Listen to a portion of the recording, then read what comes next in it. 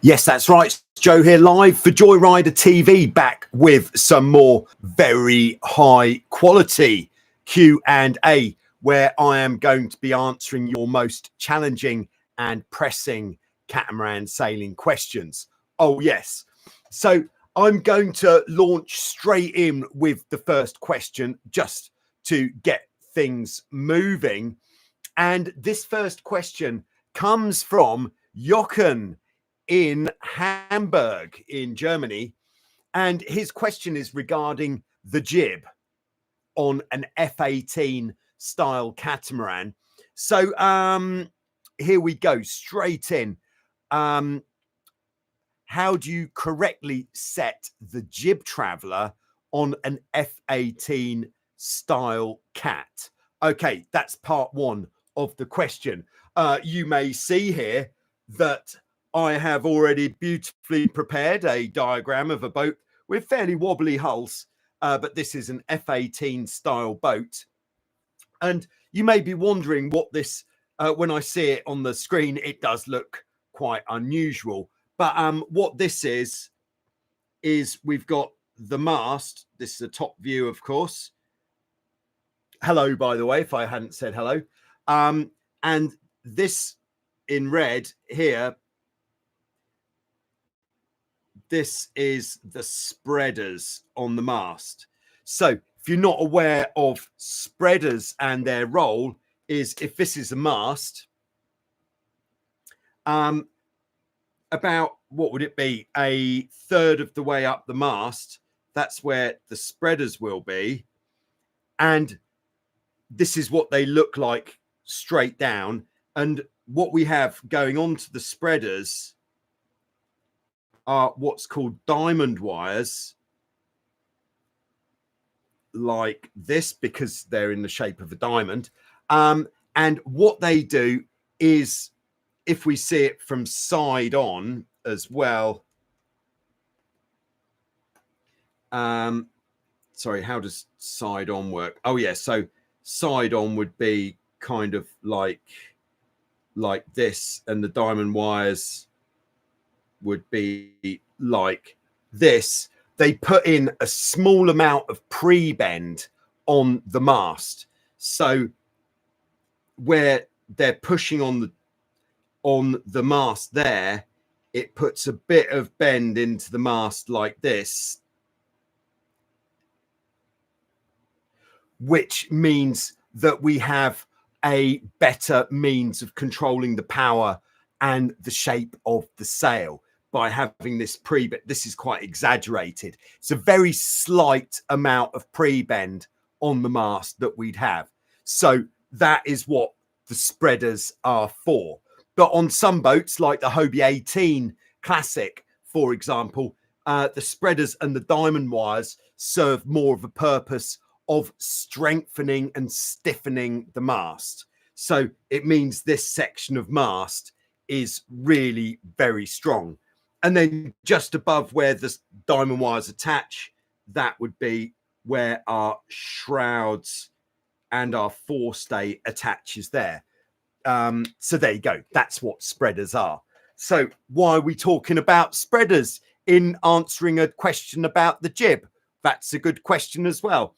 So with the mast rotated in its normal position for upwind sailing, which is generally with the spanner bar, this diagram's getting pretty juicy, pointing about at the shroud or perhaps just behind the shroud. What we want to do when we're setting the jib traveler on a catamaran like this is we want it so that when we've got the jib sheeted in tight, it just clears the spreaders. And that is a good kind of starting point for how much we want to have the jib traveler out on the F18 style catamaran. If it catches on there a little bit in light winds, perhaps more likely, then it's probably because we've got a bit too much sheet on. So that is stage one of setting the jib traveler. most boats, modern boats like F-18s especially, the length of the spreaders is, I think it's pretty standard across all of the F-18s. I don't know if it's actually in the class rules that the spreaders have to be a certain length, but even if it's not, the way that the boats would be designed, I would guess, is that the spreaders don't want to be too long, because if they were, then they would really interfere with the jib, which we absolutely don't want. So that is phase one of setting the jib traveler. Then the second phase that we could look at is, well, what we're trying to achieve with the jib traveler is it's mostly for upwind sailing. In fact, almost entirely for upwind sailing, because downwind sailing, we're putting the spinnaker up. And what we're looking to do is get a nice even flow of air on this side of the mainsail, in between the mainsail and the jib, which is what we call the slot, and then on the leeward side of the jib coming onto the mainsail as well. So all of that needs to be even. If this is our mainsail, if the jib traveler is too closed, then I think you could see pretty quickly what's going to happen there is the wind's going to come off the jib. It's going to hit the mainsail too square, and we're going to get a turbulent flow of wind on the back of the mainsail, and perhaps even some back winding of the mainsail there as well. If it's too open, can we do another one? Where should we do this? Down here. If it's too open, then we're going to have a reduced effect of this wind getting accelerated through that gap, and we're likely to get a bit more separation of the airflow on the back of the mainsail. So to get optimal performance, we really want to have this slot kind of so that when we look at the jib, it's directing the airflow just right over the back of the mainsail and the mast. So it's not doing this, and it's not too open. When it becomes more windy and we don't want to have as much power, then yes, we can open it slightly so that we're not getting this. It's like a jet engine sort of thing where we're kind of compressing the air through that gap, but we don't want to compress it too much, because then we get the back winding. And but when the wind's stronger, we don't want to compress it as much, because there's more trying to get through. So in that case, we would open it up a bit. Hope that makes sense. So that is the jib traveler. Now on to the second part of Jochen's question, and that is, what is the effect of the jib Cunningham? All right, two ways of looking at it. The first way of looking at it is exactly the same as the Cunningham on the mainsail. So in a light wind, we want to have the minimum amount of jib Cunningham on, and what that's going to do is give us a nice full sail with a maximum amount of curve. And then as the wind increases, almost like as we pull the mainsail Cunningham on, we want to pull as a percentage of the range of how much Cunningham there is to pull on, we want to pull on the same amount of jib Cunningham as we are doing with the main. So as the wind's getting stronger, we're flattening the jib off as well. I believe we might call that blading the jib. Yeah, and because when it's windy, sailing upwind, to have a really flat jib is definitely the most efficient for pointing and for speed. Yeah, so that is one way of looking at it. Just quickly, a way of establishing the range of your jib Cunningham. You could also call it jib downhaul if you want, or jib tension. But jib Cunningham is definitely the term that leaves no sort of room for ambiguity. Yes. So how would the range would be if we take our jib,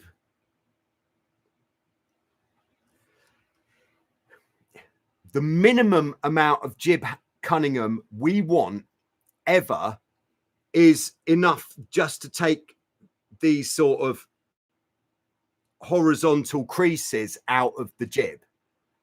But these horizontal creases are going to be relative to the amount of jib sheet tension, because as we pull the jib sheet harder, this is kind of pulling the jib downwards, which as we're pulling the jib down, if you can imagine what's going to happen there, it's like if we pull something down anchored at the bottom, it's going to put more of these creases in. So in a light wind, just like to say,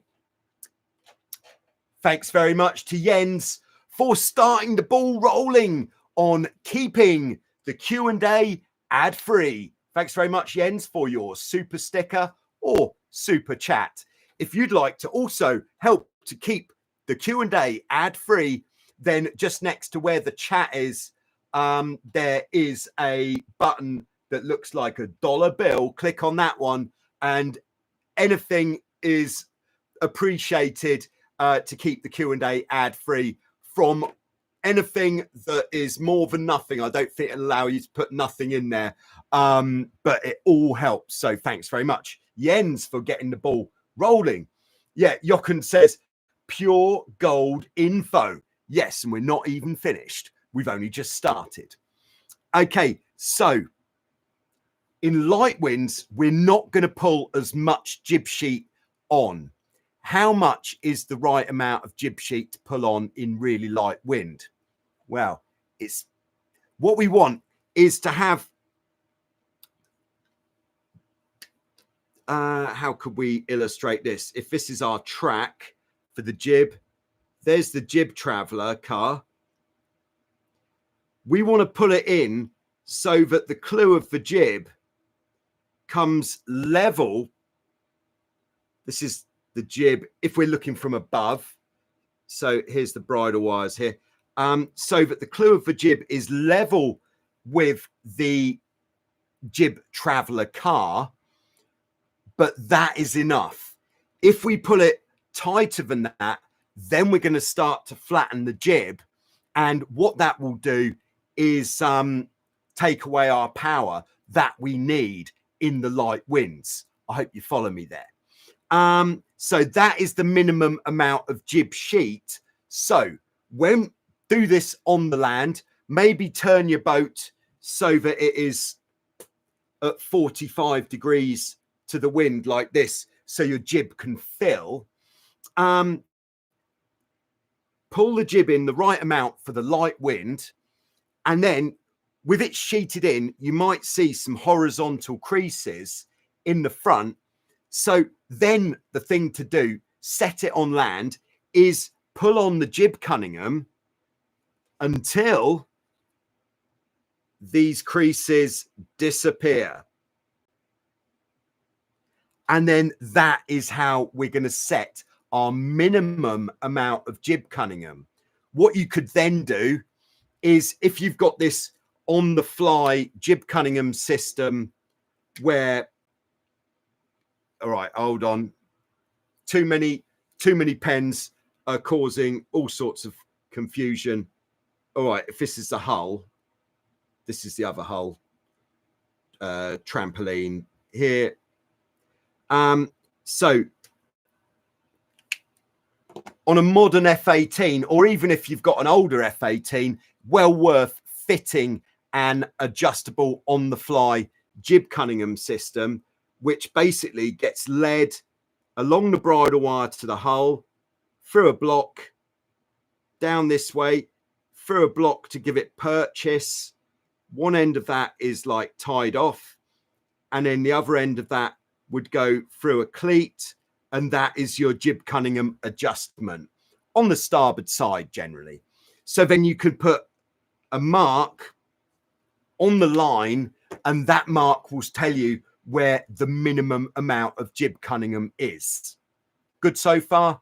I think so. So then, as the wind increases, so even in a relatively, we could call it relatively light, like 8 knots of wind, we're going to want to start cranking the jib in a bit tighter. Thanks very much to Oliver for getting in there with the second super sticker of the session. Thanks very much, Oliver. Much appreciated. Keeping the Q&A ad-free.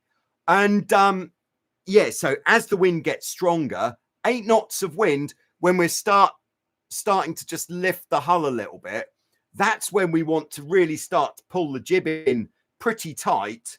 As we pull the jib in tight, we're getting this effect again of pulling the jib downwards, which is going to put more of these horizontal creases into the jib.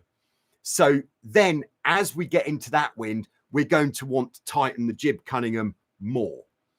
But just a thing on the mechanics of adjusting the jib Cunningham, before you crank this on anymore, we just want to loosen the sheet off, because otherwise we're kind of trying to force the jib Cunningham on. And it's when you're trying to force it on like that, you're likely to snap a control line, which can really ruin your day.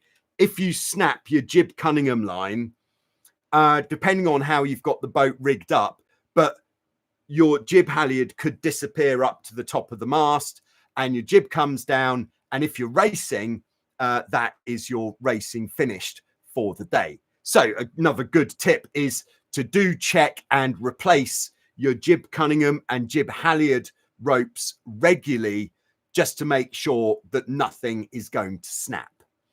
And another good point is, rather than having a little block tied on at the points where it has to turn a corner, because anything that's tied on, the rope tying it on can break. And if it breaks, then same problem. So better to use a stainless steel ring and have that on the going on the bridle wire, that what you call that, like fork joint at the end of the bridle wire, and at the bridle wire where it needs to turn a corner there. All you need is stainless steel rings, or these other kind of steel rings. I can't remember what they're called, but they look pretty cool. Okay, thanks very much to Merlin257 in there with a super sticker, keeping the Q&A ad-free. Thank you very much. Yeah, so as we pull more sheet on, we need more jib Cunningham on. Yes, let the jib sheet off if you need to tighten on the more jib Cunningham.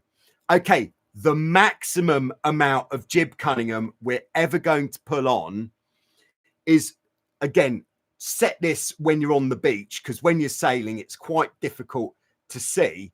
But have the jib and the mainsail up,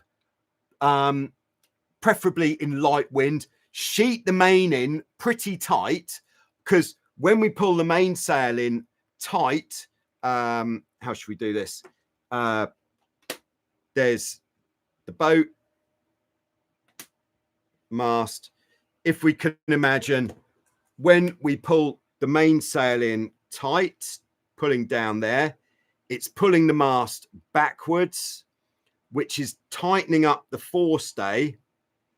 And so that means, because when it's windy, we're going to be sailing with maximum amount of main sheet tension on. So the forestay is going to be really tight.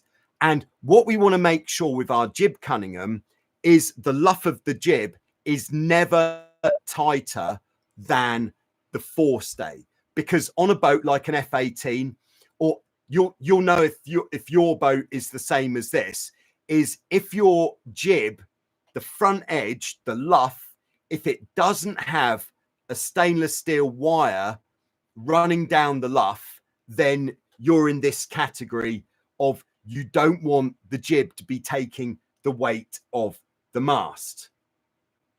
All right, 1 second. Done. Yeah, so how can you tell if it's too tight? When you're tightening up your jib Cunningham, if you see your forestay going loose, too much. So back it off a bit. Yes. And then what you also might see when the jib Cunningham is getting a bit tight, looking at the jib from above, you might see the front of the jib actually kind of creasing, like getting a hard corner in the front, which really isn't what you're looking for. So there you go. That is the amount of jib Cunningham that you want to be putting on. You're not going to play it as much as you would play the Cunningham on the mainsail because the effect is much less. But the main thing is, as you're going to be sheeting the jib in more, you want to make sure you're not getting those horizontal creases. So sheet the jib in to the amount where you want to sheet it in. So if it's in really strong wind or even double trapezing conditions, you want to be pulling the jib in as tight as it will go to really blade the jib, flatten it off. And if when you do that, you see horizontal creases, ease the sheet on, off, pull the jib Cunningham to its maximum where you've put another mark on the line. So you know that's as much as you'd ever put on, and pull that on, then sheet in again, and you'll see how your jib shape is that much better. There we go. So I hope that is helpful, Jochen. Thanks again for the question. Pure gold info. Yes, you heard it here first. Well, you did today. All right, let's check in with everybody who's checking in. And cheers. All right, so straight in with Benny. I believe Benny is in Sweden, I think. Correct me if I'm wrong, Benny. But Benny is starting the ball rolling today. Yesterday, I bought me a used Nacra 5.5. Yes, get in. But I've also put in an offer on an old Hobie Tiger. What is the difference in sailability? I'm usually single-handed, but hoping to find a crew. Yeah, so the differences that I know about, I can't remember the actual. I believe the Nacra 5.5 also has dagger boards, so pretty similar to the Tiger, but a much older design. And the Nacra, as far as I'm aware, just has a mainsail and a jib, whereas the Tiger has a spinnaker as well. So that is obviously going to be quite a big difference, but you don't have to use the spinnaker, especially if you're single-handed. Because the Nacra 5.5 doesn't have a spinnaker, I am going to just put it out there, having not had a look at one since I put together the Catamaran knowledge presentation. The Nacra 5.5 is likely to have a much bigger jib, and which is going to make it a bit more of a deadly reaching machine, probably some really good speeds on the reaches, and probably a bit better performance. Yeah, reaching or downwind, especially if you're not using the spinnaker on the Tiger. The Tiger is going to be wider than the Nacra 5.5 because it was really the F-18s, which the Tiger is one of the pioneering F-18 catamarans. The F-18s, which started this trend of boats being 2.6 meters wide. And yeah, so more volume in the hulls of the Tiger as well, which might make it a bit more forgiving, less likely to bury the nose. And because it's wider, it'll be a bit easier to control as well. So I would say, having just talked to myself about all of those differences, I would say the Tiger is probably easier to sail. Main reason is because it's a more modern design. What we're finding as you move into more modern designed catamarans, is they've taken I believe they call it pain points of previous designs. Think, how can we take that pain point away from this new design we're doing and address it? Like a lot of these pain points have been not enough volume that we're going to stick the nose in, and so the more recently designed boats are becoming more and more easy to sail and more user friendly. So that is what I would say about the two. Now, I'm not sure about the weight of the Nacra 5.5, because especially when we're talking about single-handed sailing, we want to know that we can pull that bad boy out of the water on our own. Now, we know that an F18 is 180 kilograms. So if anybody's got a spare bit of Googling on them, if you could look up the weight of a Nacra 5.5, and then that is quite a point to consider. So there you go, Benny. I think that pretty much wraps that up. But yeah, and that weight of the boat might also influence the how easy it is to right the boat if you capsize as well. So yeah, pretty similar though. Similar size boats. I would guess similar size sails on there as well. All right, so yeah, Oliver is on board, channel member and super sticker supplier. Oliver, hey ho, let's go. Have a great time to everyone. Please push the like button. All right. So if you weren't sure what it would mean to be a channel member, basically the nuts and bolts of it is it helps to support Joyrider TV and to keep these videos coming. Because I don't know if you know this, but 2 years ago, I quit my job so that I could make just focus on the videos on Joyrider TV more effectively. Yes. Because I quit my job, it means that somehow I have to put food on the table, and becoming a channel member on Joyrider TV is helping me just to earn a little bit of money through the videos. It's €5 a month. All you have to do is click on any of the videos underneath. There's a button that says join, and you could become a channel member. We know who the channel members are in the live chat because the name will be in green. They also get custom emojis, early access to videos, and some unique content. Yes, I was out filming this afternoon. Very interesting video on sailing a Hobie 16 high wind with no rudders. Yes, and although this video is going to be on general release, as you'd expect, there's an extended version which will be exclusively for channel members or anybody who supports Joyrider TV on Patreon. So there we go.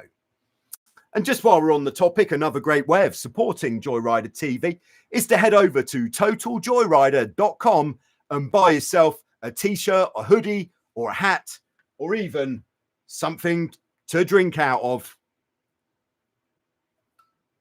Everything is fully customizable. And here's the brand new design just in. Can't remember what I called it. I can't remember what I've called it, but you'll know which one it is because it looks like this. I think looks pretty good. It's one of my favorite designs, in fact, that I've done. All right, Merlin257 says, here we go. You are not wrong, Merlin. All right, Hanny's on board. Hello, Hanny. Channel member, Hanny. Jochen on board. Channel member, Jochen. Ryan, channel member, on board. Good morning back home, and there is nothing like the Pacific for sailing the Honeycat, although the Honeycat sadly wounded at this time. Yeah, I hope that measures are being taken to put her back together. And can't express enough, Ryan, how great it was to have you out here and that you made this long journey to come to the home of Joyrider TV and to see the champagne conditions up close and personal. All right, Digger 76 is on board from a windy western Germany. Happy to follow along. Great stuff. Hanny says last night in Vass, back at the beginning of September. Oh, sorry, I missed you today.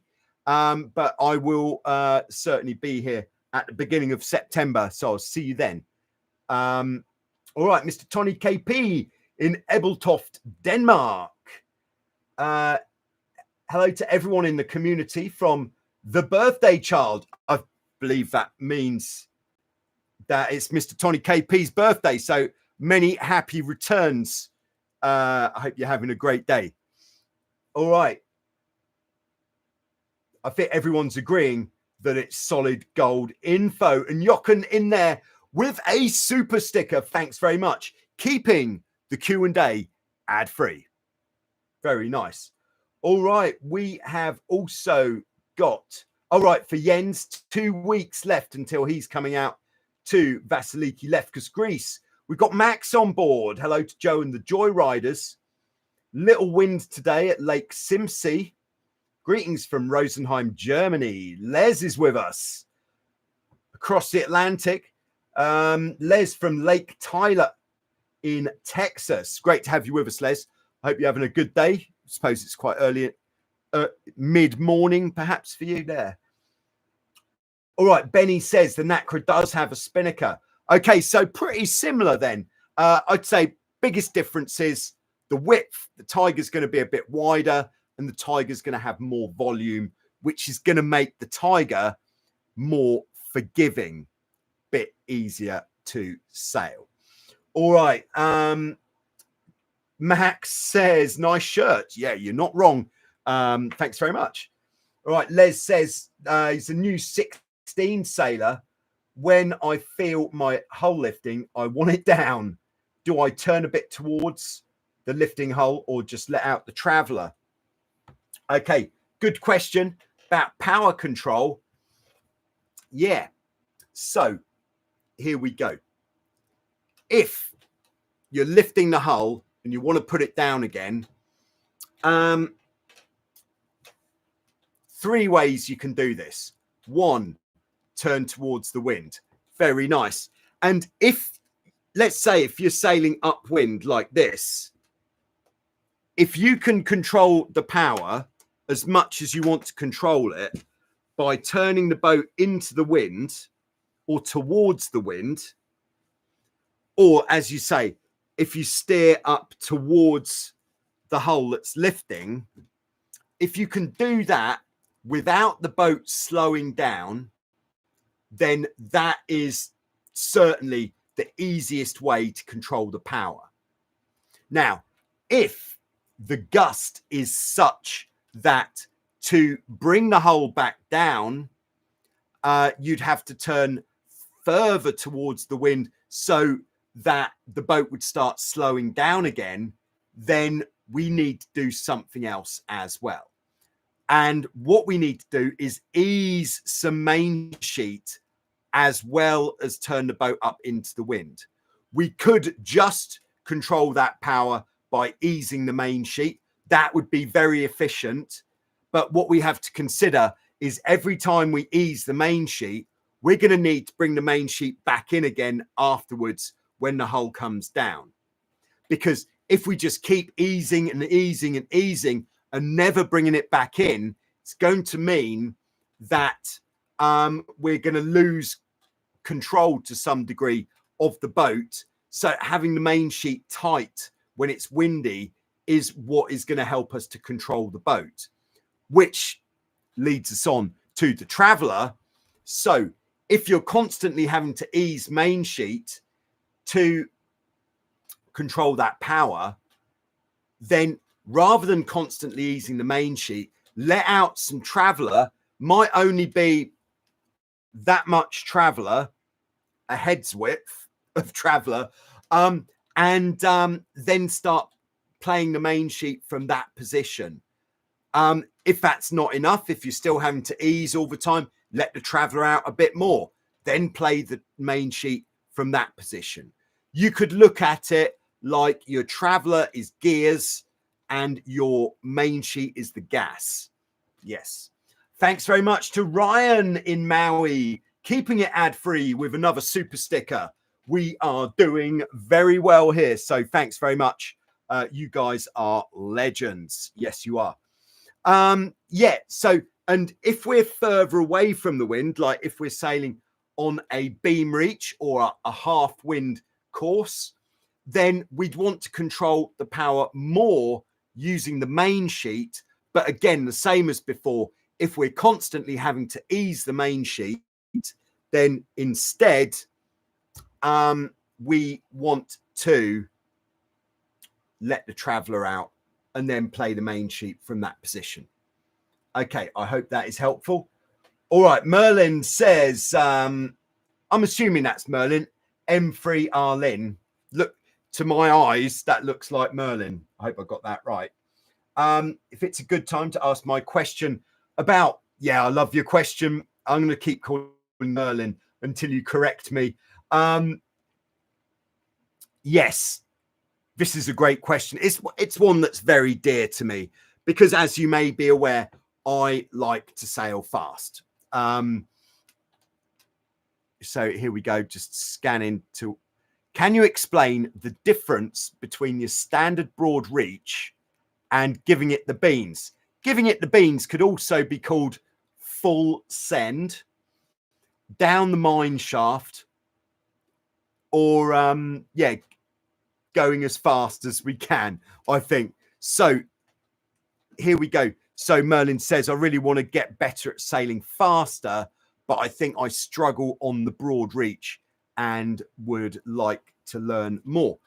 Okay, so we've got the standard catamaran sailing broad reach, which is,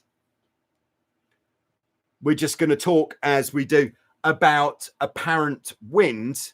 So we've got the true wind, the wind that blows. So if we went past a flag, the flag would be blowing in the direction of the wind. Not the best flag. What is the flag doing out on the water? Who knows? Might be on a yacht or something that's moored. So true wind. Then by sailing forwards at some sort of speed, we're creating induced wind like this, which means that the wind that we're feeling on the boat is apparent wind, which is a combination of the true wind and the induced wind. And the angle that we want the apparent wind to be in on a traditional broad reach sailing downwind is directly across 90 degrees to the boat. And this is why it's really important on your bridle wires, a bit small maybe, on the front of the boat, on the bridle wires, to have a wind indicator. Sorry, this is the hull here and here. Is a wind indicator, and the most simple wind indicator and inexpensive is to get some VHS videotape or some data tape and tie it about halfway along. And I would say tape wants to be about 10 inches long. And that's easy to see and will tell us the direction of the wind there. So that is what we're doing on a regular broad reach. Now, the regular broad reach we would use if we're sailing to a downwind goal. So like a buoy, if we're on a race course. So we'd sail downwind in that direction, and then we would jibe. When we get here, we would jibe again. We'd get to the buoy and we'd go around the buoy. There we go. So what's the difference with taking it down the mine shaft? Very good. So taking it down the mine shaft is quite different because we're not looking at the apparent wind direction at all. All right. Tamer says, VHS, what's that? LOL.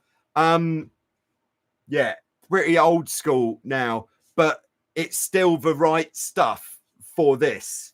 Yeah, videotape. You might be able to use tape from an old high 8 video cassette. Anyone remember those? Yeah, so on the full send, we're going to end up sailing at a similar angle, but much faster. So the full send, this is the technique. We're going to start off on a beam reach. Beam reach is with the wind, the true wind, coming straight across, chasing the nectar. Another term for giving it the juice, giving it the beans, sending it, taking it down the mine shaft, doing something with cheese, mowing the lawn. It's on the glossary of terms t-shirt, available totaljoyrider.com. Yeah, so the mine shaft speed run will start off on a beam reach, and what we're trying to achieve here is we're trying to get the boat as far downwind as possible with the hull flying, whilst, depending on how many people there are on the boat, either single or double trapezing. So the process, we're going to get in our secure position on the boat, which for me is trapezing as far back as possible. Just going to keep this single-handed for ease of drawing. And then when the hull lifts, I'm going to sheet out a bit and turn more downwind. Now, how much to turn downwind? We're sheeting out a bit because when it's windy and when it's not windy, but we're talking about windy here, when it's windy, it's really important. Every time you want to turn the boat away from the wind, you ease a bit of main sheet. Because if you don't do this, what we're doing is we're fighting the rudders against the mainsail. The mainsail is putting pressure. The mainsail pivot point here. The mainsail is putting pressure behind the pivot point largely. So that is pushing that way, which is trying to push the boat into the wind. So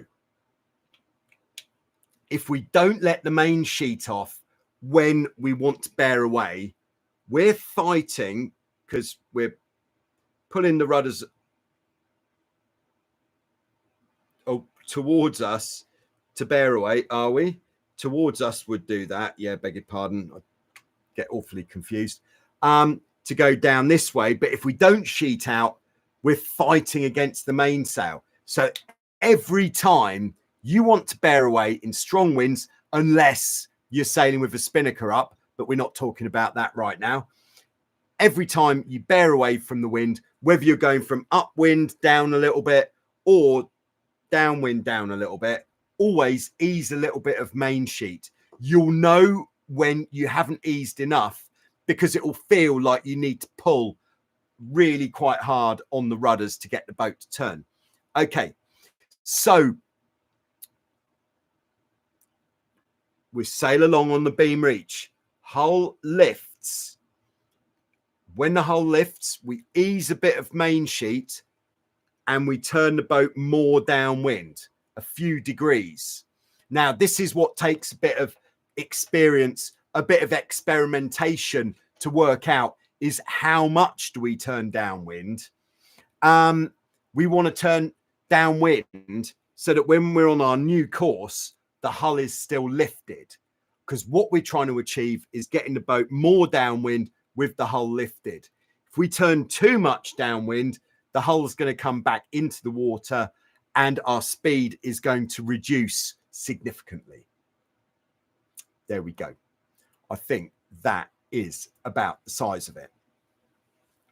Yeah, And then if we start losing a bit of speed or the hull starts coming down, we are going to need to turn back towards the beam reach to get the hull out of the water. It's definitely hull out of the water. Once we've turned onto this course, if we can handle it, we want to bring the main sheet back in. This is pretty knife edge stuff we're doing here. So don't enter into this lightly, because when you go down the mine shaft, it's the real deal.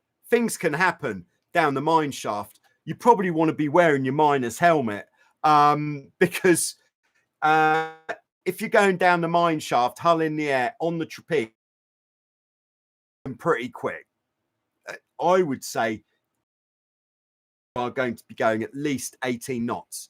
You know, things approach you quickly when you're 18 knots. So yeah, just proceed with caution. So there you go, Merlin. I hope that is sort of giving you some light on the topic of that. There we go. All right. So entering into the live chat, we've got Boris from Florida. Nice to have you with us, Boris. Jochen says, I had to buy new old VHS tape recently. I bought the movie Titanic. I think, was that a good idea? I think there's a certain amount of poetry in that. Very good. Yeah, Oliver is definitely into that. Yeah, great choice. I think this is going to be a new lightweight competition, is who can find the best video titles to use for your wind indicators. I think Titanic is definitely winning so far. Of course, something like Gone with the Wind, that would be a good one. Anything with apparent in the title, very good. Or bridal. Yeah, so there we go. I'll just leave that with you. Have fun with that. Good luck. All right. So Boris says, when trapezing, should we try to keep the hull level with the water, or is it better to have the bow lifted a little bit?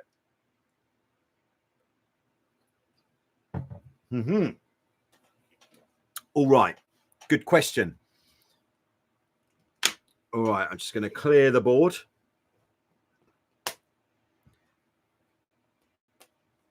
Hope everybody's having a good day. By the way, if you could, please take a spare finger and just hit the like button. By hitting the like button, what that does is it means that this video will be put in front of more people who need to know this stuff. So by hitting the like button, you are helping the global catamaran sailing community by putting this in front of them, so they will also benefit from this information, because not everybody is able to make it here at this time. Thank you very much. That goes for if you're watching this later as well.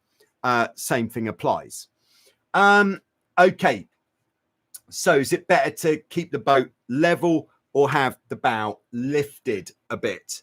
So we're going to, ideally, whatever type of boat you're sailing,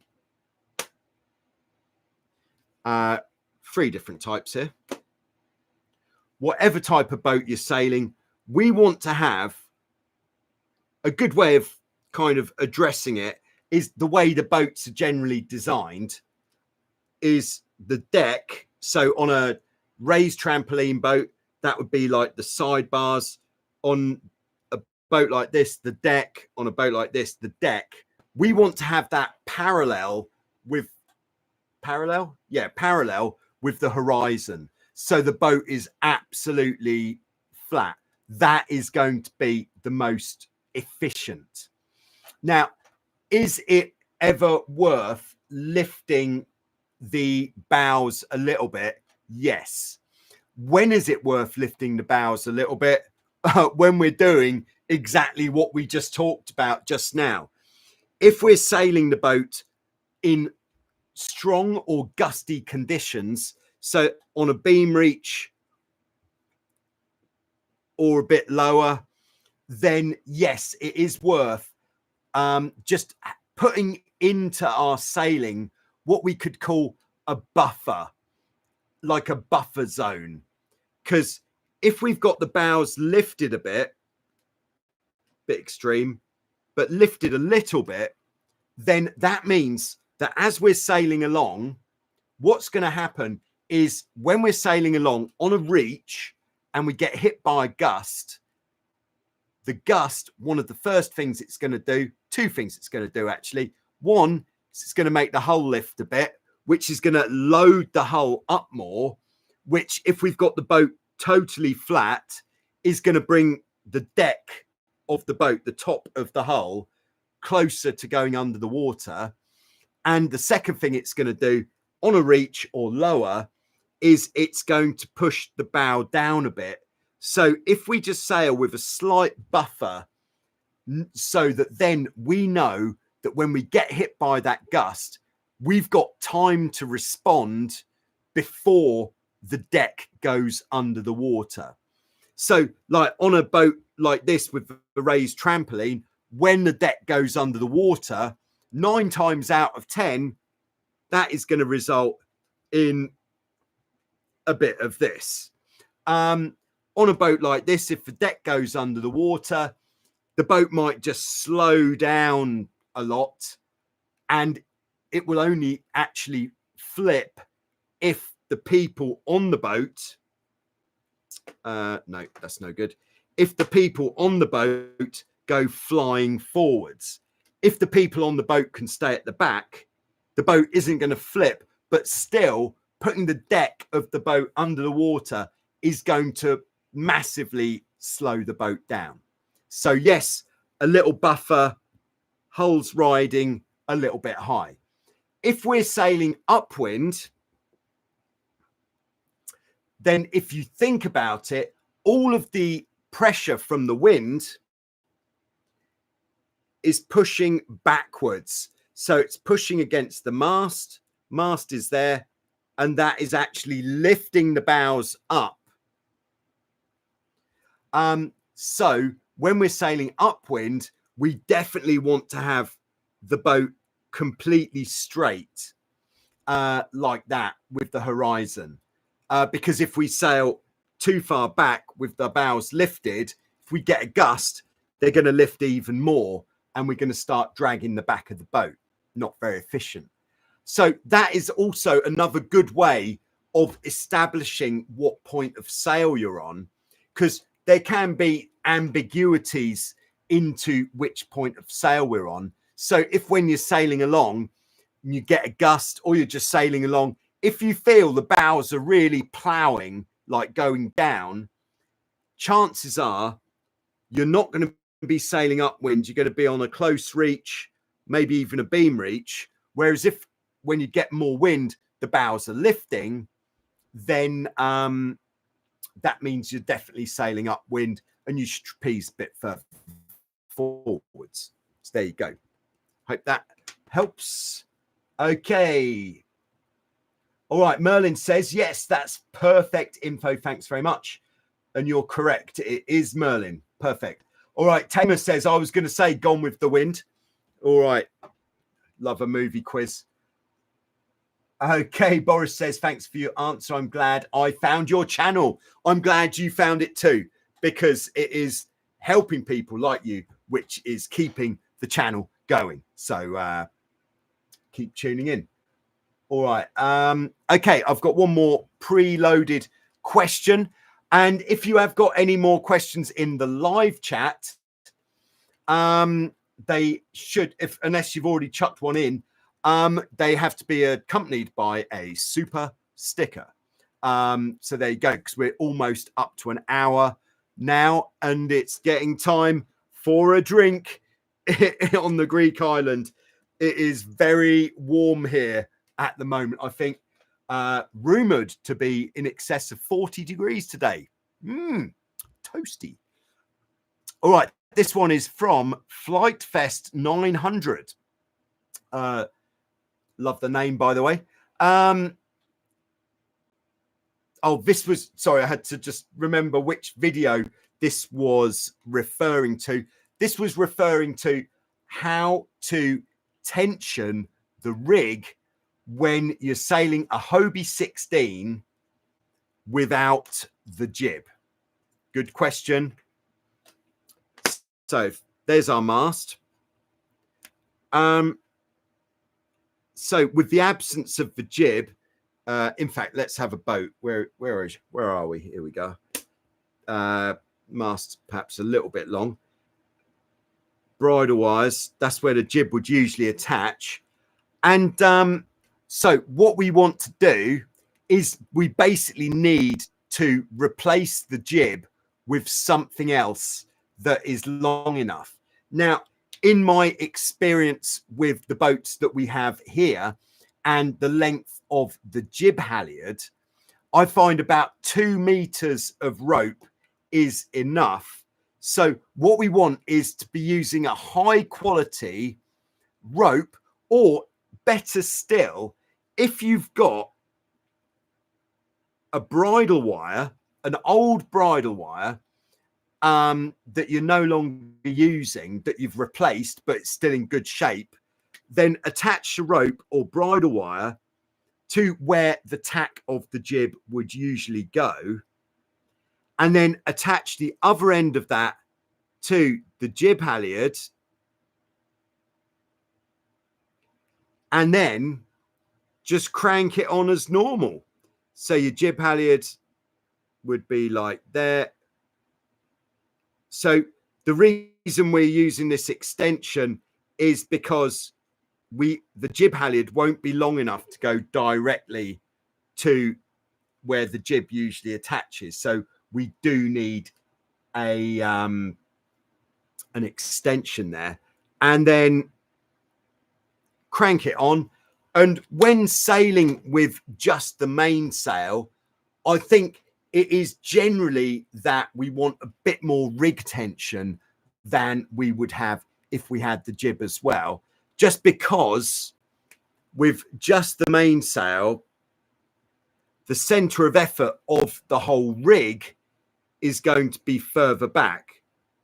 Like if this is the kind of main area of power, center of effort, whereas when we've got a jib, it's a bit further forwards. So we want the mast a little bit further forwards so that we're not putting the center of effort too far behind the center of lateral resistance. There we go. Thank you very much. All right, last question of this session is from Digger76. Have you considered making videos about the more performance monohulls in the Vasiliki fleet, like the RS 800, the 29er, and the 49er? Yeah, every time I am in the boat park and I see those boats, I do think I'm sure people would really like me to go out on the 49er and take an absolute hiding from that boat, which is, you know, it's not an easy boat to sail by any stretch of the imagination. So I do think, yes, it is something that I'd like to do, but it's kind of like there's a certain amount of, I need to stay pretty focused on the main topic of Joyrider TV, which is, of course, catamaran sailing, helping people to start catamaran sailing, helping people to get more out of their boats on catamarans, and pretty much anything to do with catamarans, basically.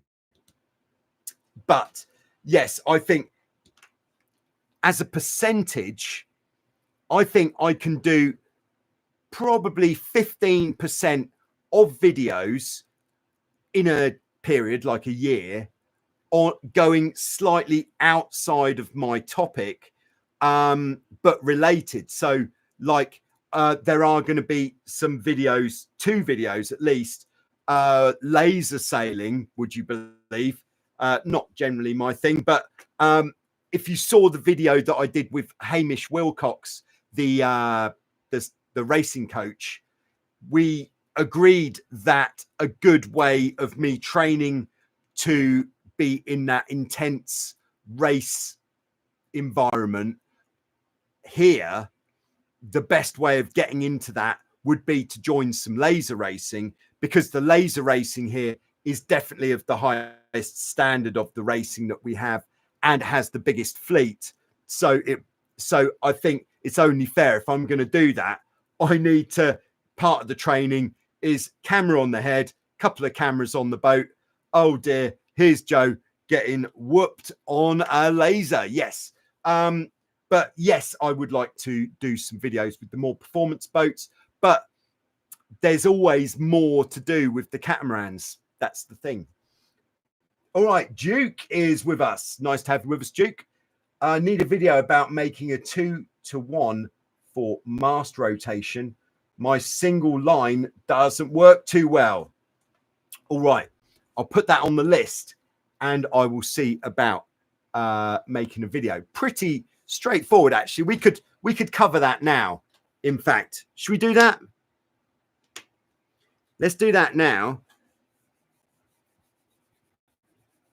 So, mast rotation control. Let's use this as our mast.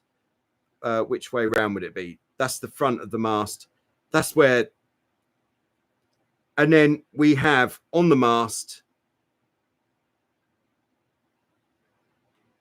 this bar. This bar on the mast. By the way, if this is the mast looking from the side, this bar would be just above or just below the boom. And basically this bar is just to get leverage on the mast so we can control the rotation.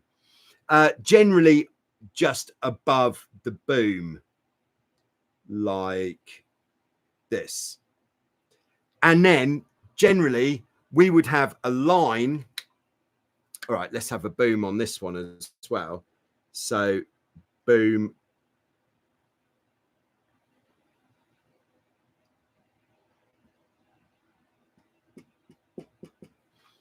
Like that.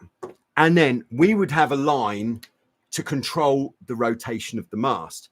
And what this would generally do is it would go from the end of the spanner bar to a cleat on the top of the boom. So there'd be a cleat there. And this basically restricts the mast from rotating more than we want it to rotate. So we just jam it in position so that the mast rotation is in the right position. So that would like go to there. So to make this into a 2-to-1, quite straightforward. It will depend a bit on what type of cleat that you've got on your boom. But what I would do is tie the rope off to the cleat. So if only I had one of these cleats here, I could show you, but I don't. So most cleats that are used, this is going to be a big picture of one of these. This is kind of like the cleating surface, and then it has sort of like a guide, let's call it, that goes across like this, and then the same on the other side. So this is, and then it's got a bottom to it, of course. So this is where the rope jams into from, and then this bit is at the top to keep the rope into the cleat. So what I would do, and this is what we do on most boats, is we would tie one end of the rope onto here, and then that would go through the end of the spanner bar, so through there, and then back through the cleat. And there we've got a one. That is a 1-to-1. So if we wanted a 2-to-1, we would basically have 2. Instead of tying it on there, what would we do? We'd put a block, we'd attach a block onto here.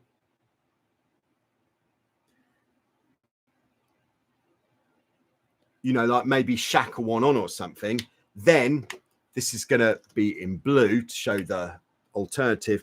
Then we'd attach it. We'd tie the rope to the spanner bar at the end. Come through the block. Maybe even have a block attached to the end of the spanner bar. Through that. And then through here. So that gives us a 2-to-1. But I find with pretty much anything, the 1-to-1 is enough. So tied off there, through the end of the spanner bar, and then back, keeping it fairly simple, less things to go wrong. All right, and finally, RJ Fleet is on board. Good morning from Lake Benton, Minnesota, I believe. Is that Minnesota? I'm going with that. All right, so there we go. Thanks for tuning in. I hope there was some absolute gems of information there. Thank you very much for all of the super stickers, keeping the Q&A ad-free. And there will be a new video, sailing the Hobie 16 rudderless in strong wind. Yes, that was interesting.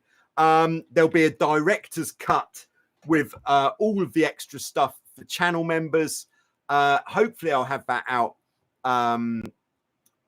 tomorrow at some point, because I haven't even imported the footage yet onto my computer, and got to see a chiropractor tomorrow. Yeah. So there we go. So I'll see you soon with some more on Joyrider TV. Have a great weekend, you too, Oliver, and hit the like button, and off we go. Good luck.